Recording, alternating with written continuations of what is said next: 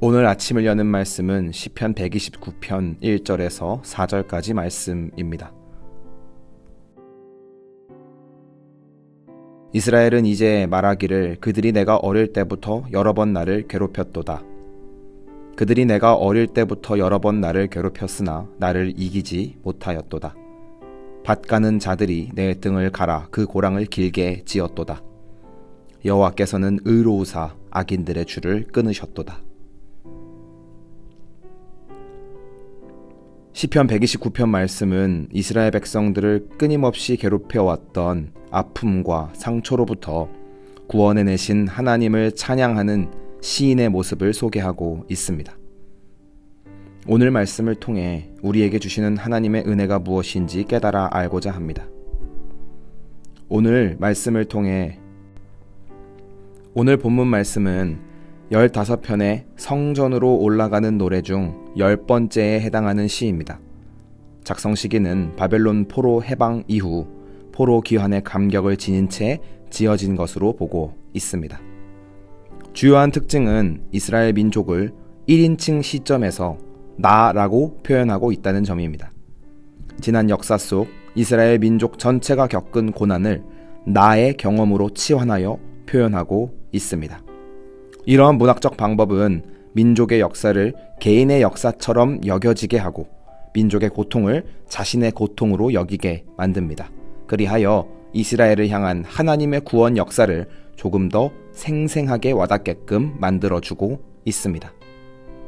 그런 시인은 과거의 역사에 대한 회상으로 시를 시작합니다. 이스라엘의 역사는 순환 시대였습니다.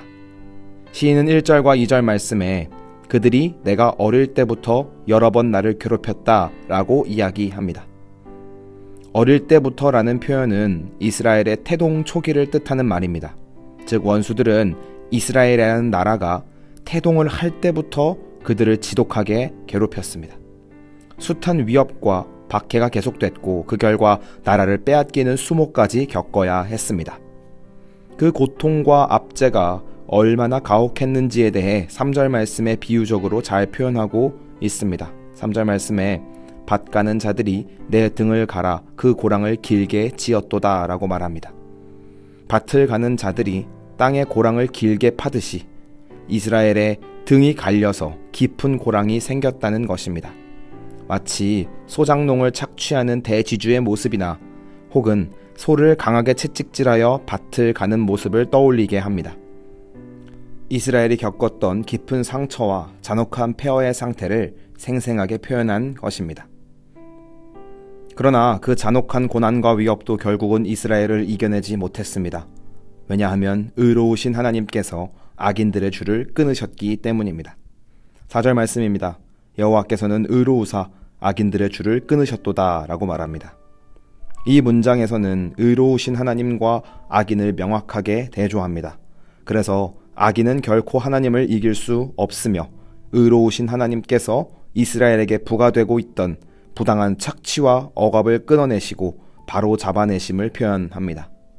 그리고 시인은 그런 하나님의 구원 사역에 감사하며 찬양을 드리고 있습니다. 이어지는 말씀에서는 악인들의 최후에 대해 말합니다.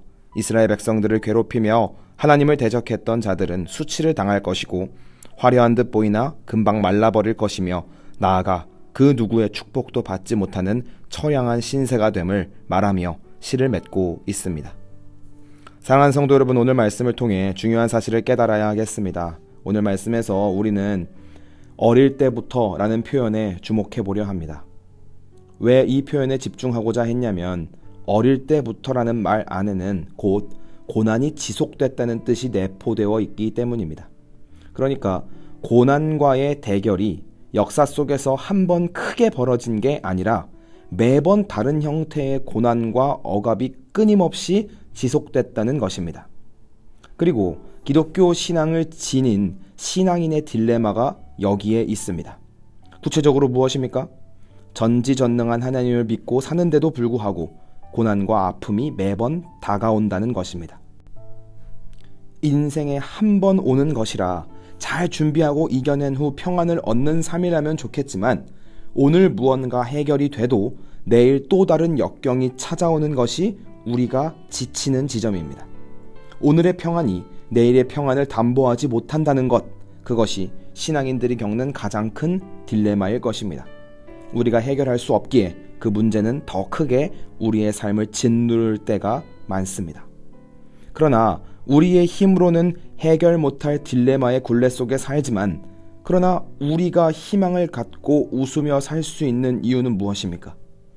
그 매일 다가오는 악인들의 고난과 역경일지라도 매일 끊어내 주시는 의로우신 하나님이 계시기 때문인 줄로 믿습니다. 그 하나님을 믿고 살아가는 우리 모두가 되길 소망합니다. 오늘의 평안이 내일의 고난 없음을 담보하지는 못하지만 오늘 승리하신 하나님은 내일의 승리도 담보하십니다. 그러니 고난 앞에서 무너지고 넘어져서 허우적대더라도 영적인 눈은 항상 전방을 주시할 수 있기를 축복합니다. 그러면 우리 눈 앞에서 앞서 싸우시며 우리에게 묶여있던 줄과 멍에를 끊어내시는 하나님을 발견할 수 있을 것입니다. 물론 애초에 고난 자체가 없다면 좋지 않겠느냐라고 질문할 수 있겠지만, 늘 말씀드리듯 고난 없이는 클 수 없고 성장통 없이는 성장할 수 없기에 오늘도 우리를 이 자리로 보내십니다. 아무것도 모르고 어떤 것도 할 수 없는 자리지만 보내셔서 겪게 하시고 경험하게 하십니다. 그리고 그 경험 안에서 늘 함께 하시는 하나님을 발견하게 합니다. 그리고 그 하나님을 붙잡으며 또 성장해 나가는 것입니다. 이러한 폭넓은 이해 속에서 하나님을 만나고 경험하며 주어진 삶을 멋지게 살아내는 우리 모두가 되길 소망합니다. 오늘 하루를 살아가시면서 우리 인생에 찾아오는 고난과 역경의 현장 속 앞서가시며 줄을 끊고 계시는 하나님을 만나시는 모든 성도님들이 될 수 있기를 주님의 이름으로 간절히 소망합니다.